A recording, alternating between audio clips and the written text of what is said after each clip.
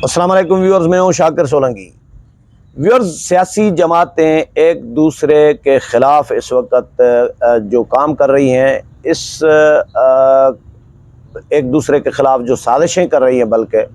हर party अपनी deal करने के चक्कर में है। नून लीग अपनी डील के चक्कर में है, पीपल्स पार्टी अपने चक्कर में लगी हुई है।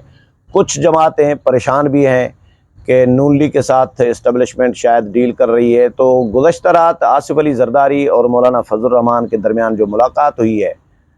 इस मुलाकात का मैंने कुछ तो पिछले व्लॉग में बता दिया था, लेकिन कुछ चीज़ें मैंने नहीं बताई थी। वो इसलिए क्योंकि उस पे मज़ीद काम कर रहा था।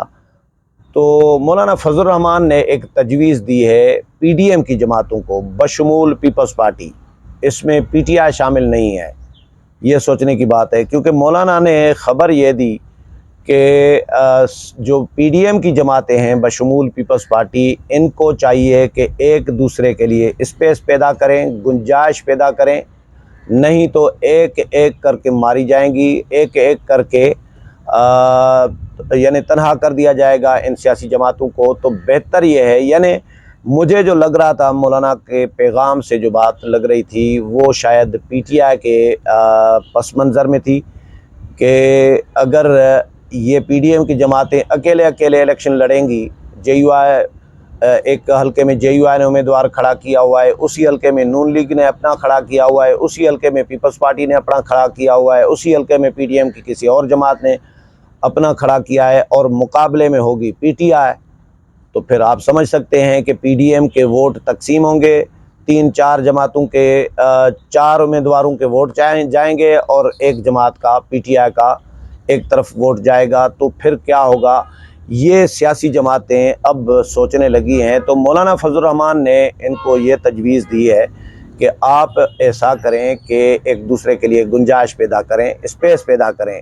एक तो ये मुझे पैगाम कन्वे हुआ। दूसरा, सिंध के हवाले से और पंजाब के हवाले से स्पेशली,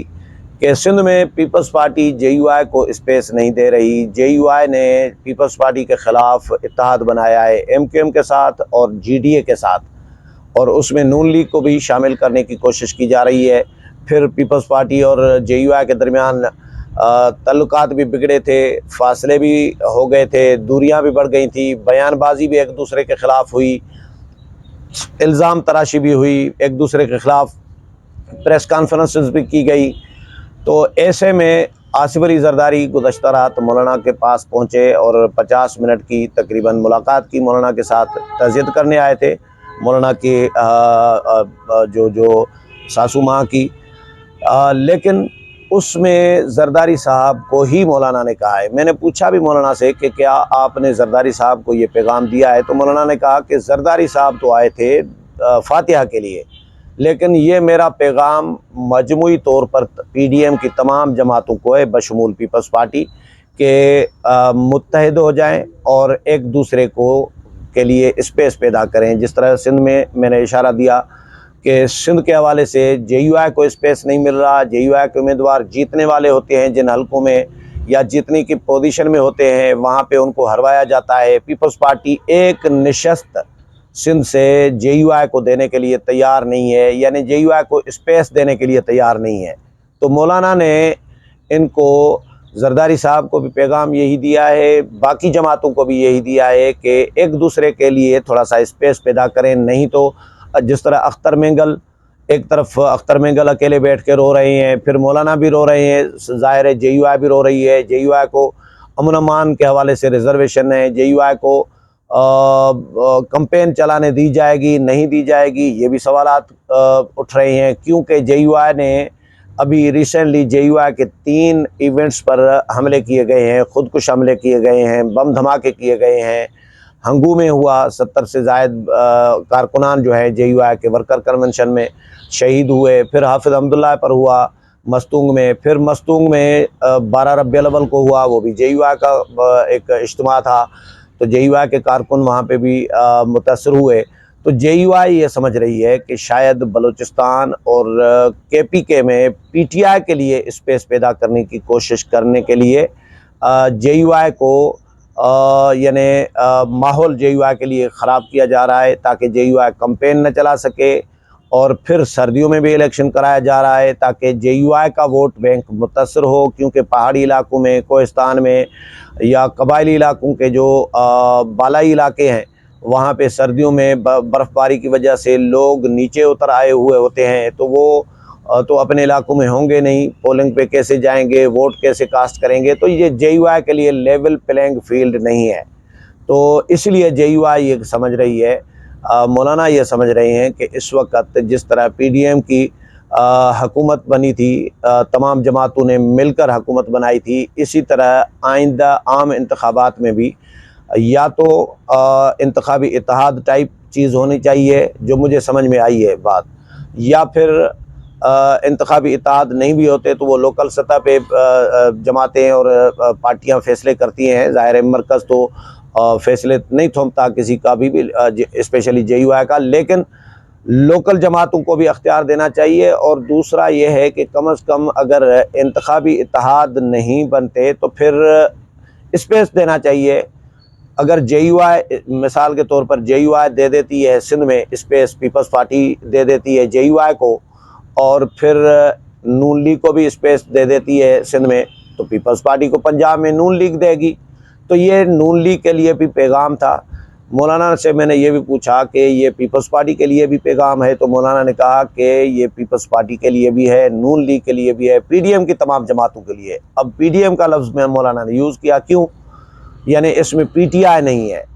پی ڈی ایم کی جماعتیں کا مطلب ہے پی ٹی آئی نہیں ہے، اور پی ٹی آئی نہیں ہے تو اس کا مطلب ہے مقابلہ پی ٹی آئی کے ساتھ مل کر کرنا چاہیے۔ میں نے پھر یہ سوال کیا کہ مولانا پیپلز پارٹی کا الزام تو یہ ہے کہ نون لیگ یعنی ڈیل کر رہی ہے اور میاں نواز شریف ڈیل کے تحت آ رہے ہیں۔ یہ خورشید شاہ نے